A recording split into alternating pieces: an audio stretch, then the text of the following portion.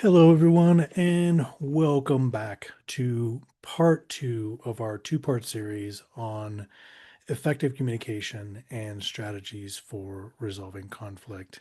As you can see, today we're going to cover part two, our strategies for resolving conflict. And again, I'm going to be with you. My name is Dr. Dustin Kieschnick. I'm a licensed clinical psychologist and a VMHS facilitator. So, and before we dive in, we want to acknowledge that this webinar is generously sponsored by Not One More Vet by NOMV. And it might be helpful for me to share a little bit more about my background in case you're just joining this or you forgot from last time. Um, but I've been a VMHS facilitator for over 5 years, and also serve as an assistant clinical professor at UCSF at the University of California, San Francisco. I spent 9 years in the Marines and am a U.S. Marine Corps veteran. So, as we begin, please keep in mind your approach to workplace conflicts. Remember, if you think back to part one, we went over a lot of different types or styles for addressing conflict. There's competing and its opposite, accommodating. There's avoiding and its opposite, collaborating. And then there's compromising there in the middle. And sometimes we can utilize, different parts of we can they can combine at different points too. So we might avoid by being more accommodating just so we can get out of the situation. And so again, we want to encourage you to think about those styles. Think about the style you think would be most helpful and applicable to the situation that you might be in.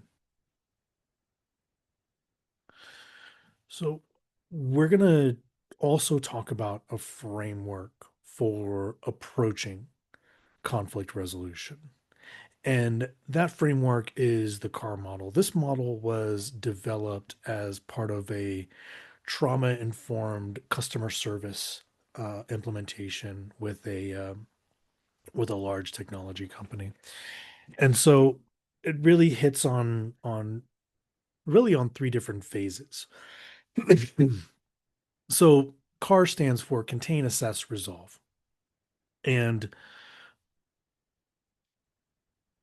if we look at contain, it's really helping de-escalate emotions by using active listening and reflecting skills.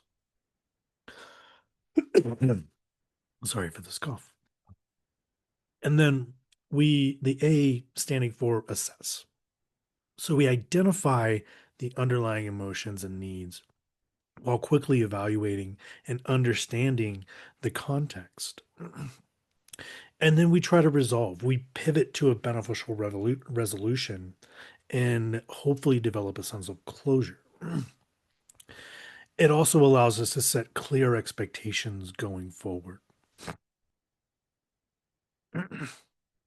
Now, one of the ways in which we can do this is a favorite skill of mine, which is 2 minutes uninterrupted. Now, this tends to work best with colleagues. It often works really great in relationships. Um, in my role as a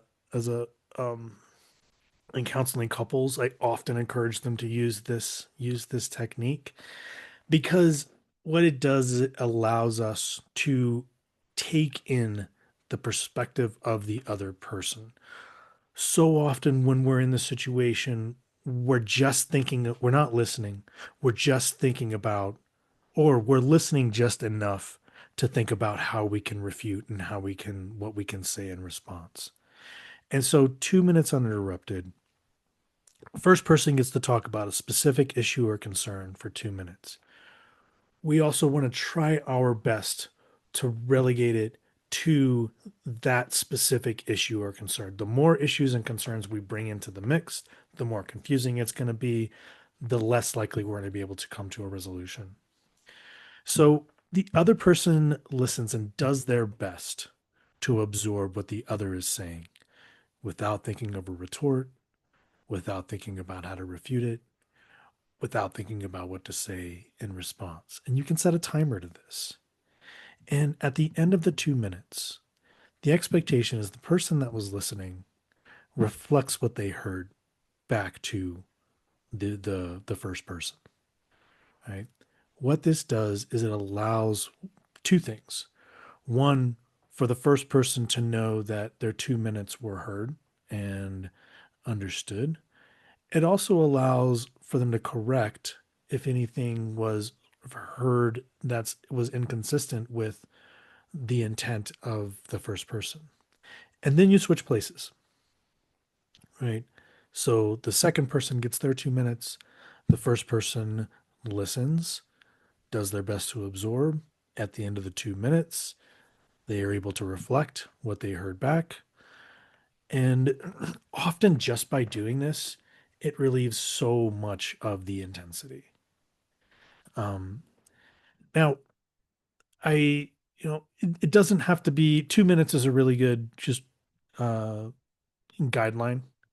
It can be 5 minutes, it can be 10 minutes, whatever works in your given situation. But the idea is that each person has a dedicated time to talk and to be listened to by the other person. So, some additional strategies that we have as well: apologize, but only if you mean it. So, taking responsibility for your actions will demonstrate to your colleagues and to your clients that you are serious about making amends and moving forward. And if you're gonna say the words, I'm sorry, they really should be genuine.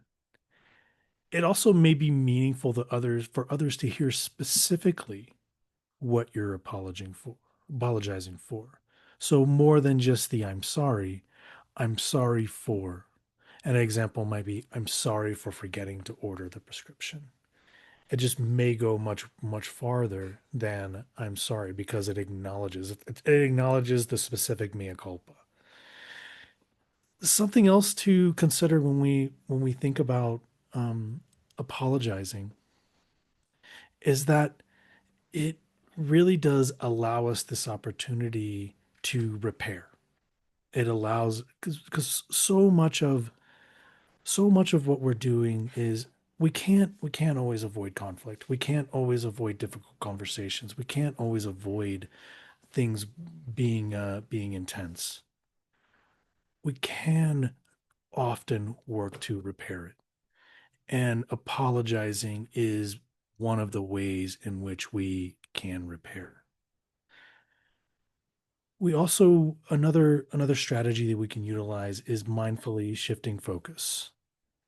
So if you find the conversation repeatedly reaching a stuck point or a dead end, suggest changing the focus to the ultimate outcome you're trying to reach. And you can discuss some practical ways to get there.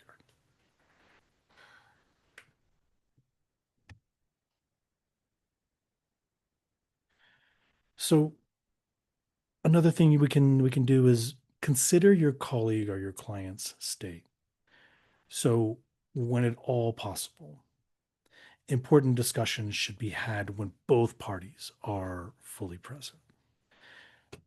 Misunderstandings can quickly escalate when one or both are distracted, tired, hungry, and or stressed. So it's like being in traffic and being cut off and taking the perspective of, well, I wonder if they maybe just had some place to be. Maybe they're having an emergency. Maybe they're having a bad day. Um, we also want to try and strive for common ground. This is such an important one, and one I really, really emphasize a lot, that when we feel invalidated, we tend to become rigid in our positions. And this polarizing dynamic often results in people believing that they are entirely separate in their views, right? You're way over there, I'm way over here. And this perceived division can fuel a wide spectrum of emotions from hopelessness to resentment, kind of this hopelessness and resentment being this like, oh, well, this is never going to get resolved. That person will never see my point of view.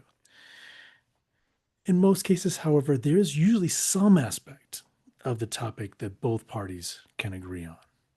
And even if it's just a slight shred of neutrality, engaging from this shared foundation may offer fresh perspectives. A common example that I utilize is when client and veterinarian are having a conflict about the course of treatment or something where that there's a presence of some sort of mistrust, right? Aligning on the common ground of we both want the best for your pet, for your animal. I want them to be recovered just as much as you do, right? Aligning on that common goal. We're both here for the same reason. We're both here for the same outcome. Our pathways to get there just might be different, right? But when we can acknowledge that the pathways are different, it does give us a sense of being on the same team, right? Just with different ideas.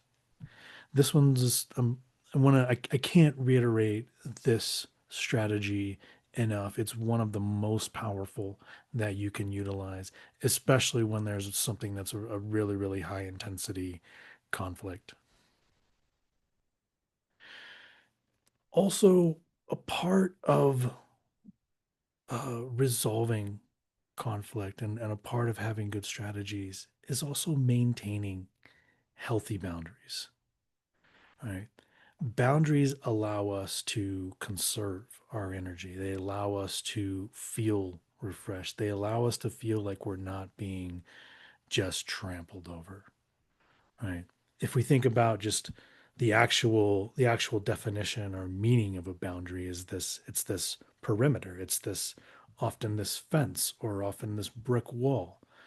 It's something that separates one from the other. Right. And when we think of maintaining healthy boundaries, we're really thinking about how can I separate from either this person or this situation, but also still to maintain my own integrity, but also be able to approach a situation in the most productive way. So part of maintaining boundaries is really about burnout and avoiding burnout. So, what do we do? Take the time to assess your own needs, your own limits, your own values. Consider what is acceptable to you, but also where you feel uncomfortable. What's that point that you feel discomfort? Be specific with your expectations when sharing with colleagues and or clients. Specific expectations allow for maintenance of healthy boundaries.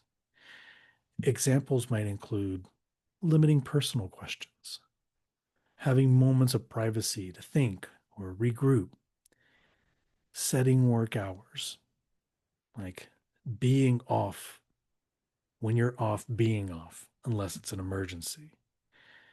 A cell and text policy that says like when I am away, I am disconnected.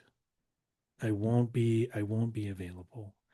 It allows us that mental space to recharge. Part of what leads to burnout when we're not able to maintain boundaries is that we lose this sense of control, right? We we we we get into these situations where we feel our boundaries aren't respected or we feel like we can't set it. And so we lose a little bit of autonomy. And when we lose autonomy, we lose control. And when we lose control, it is a recipe for burnout. it is the fastest way to get there. So, other ways that we can maintain boundaries in order to avoid burnout are to communicate clearly and assertively. You can be kind and assertive. Think about converting wants to needs. Like, I need some privacy during my lunch break. I need to keep my personal life separate from work. And you can do this by being kind. You can do this by being kind. It says, "Hey, here's the thing that I need, and I would like you to respect that. I'm asking for you to respect it." So, part of the difficulty in maintaining boundaries is that once we set them, they get tested. And oftentimes when they get tested, we take them down completely. And it is really one of the hardest parts of this. And it's something that I've heard over and over from the many veterinarians that I've worked with, is that it can be so hard to set the boundary, especially if you might be in a setting or you might be in a dynamic where things were predicated on your not being able to hold the boundary, right? And when you set one up, you get resistance. This is a normal part of the process. A normal part of setting boundaries is getting resistance to your boundaries. Prepare for this, right? It's often uncomfortable already, and then once we get resistance, it becomes infinitely more uncomfortable. That's why you have to be consistent in your behavior. Once you've communicated your boundaries, follow through on your words and actions. Consistency helps to reinforce the importance of your boundaries to others. I'll say that again. Consistency helps to reinforce the importance of your boundaries to others. It starts to tear away at the resistance, starts to chip away at the resistance that you're getting, because when you're consistent, the resistance the resistance starts to go away.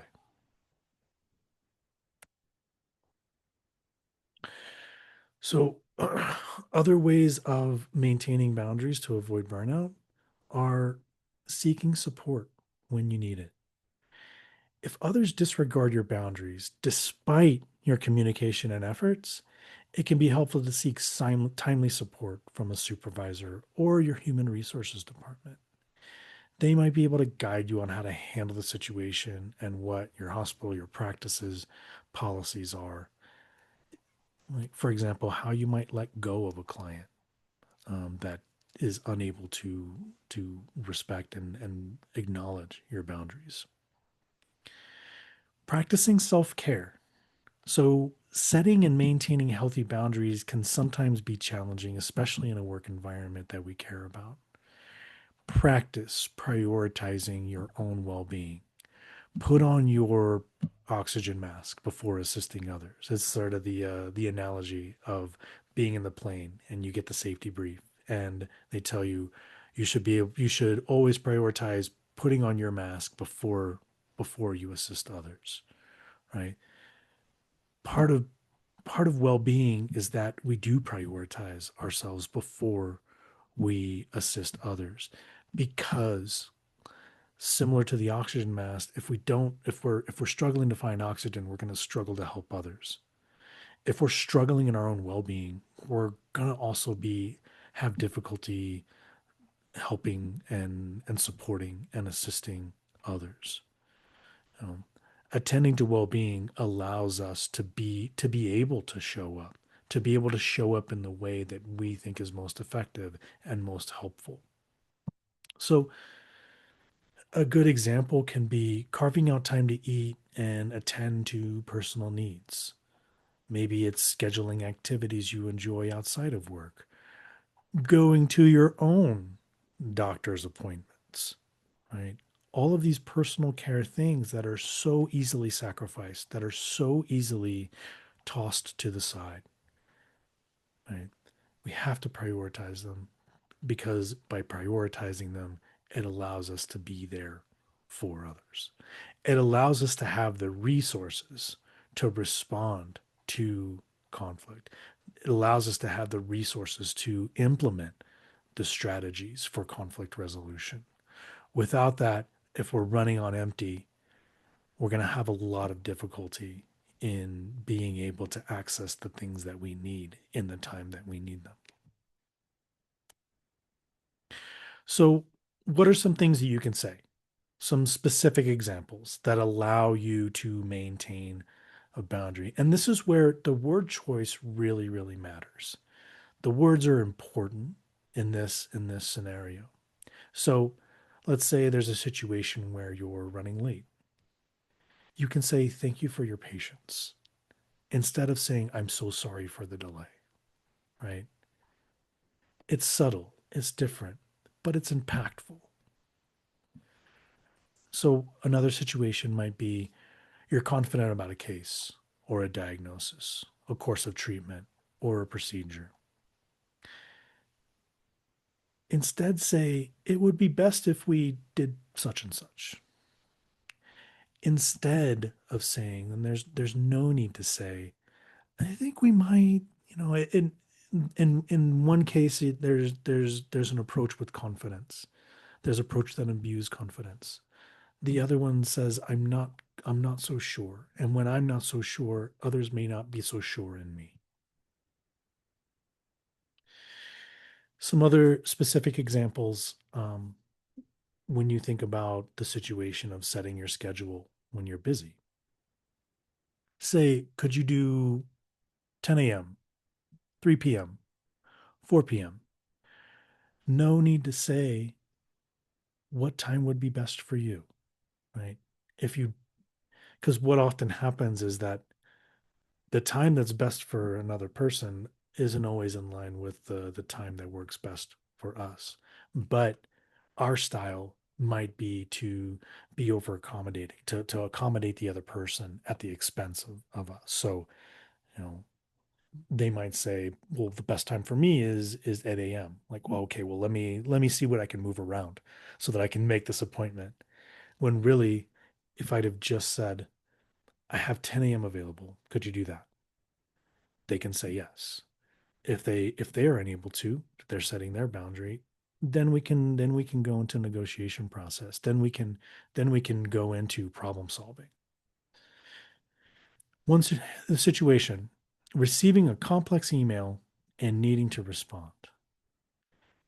One thing you could say is it would be easier for me to discuss this in person or over the phone instead of spending 30 minutes or 30 plus minutes attempting to craft the correct and perhaps maybe even the perfect wording if we refer to our webinar series on perfectionism and procrastination. This is a big theme there, that we if we find ourselves spending so much time trying to respond, what would be the easier way for us to not avoid the situation, to attempt to resolve the situation, but that's not keeping us stuck where we're stuck.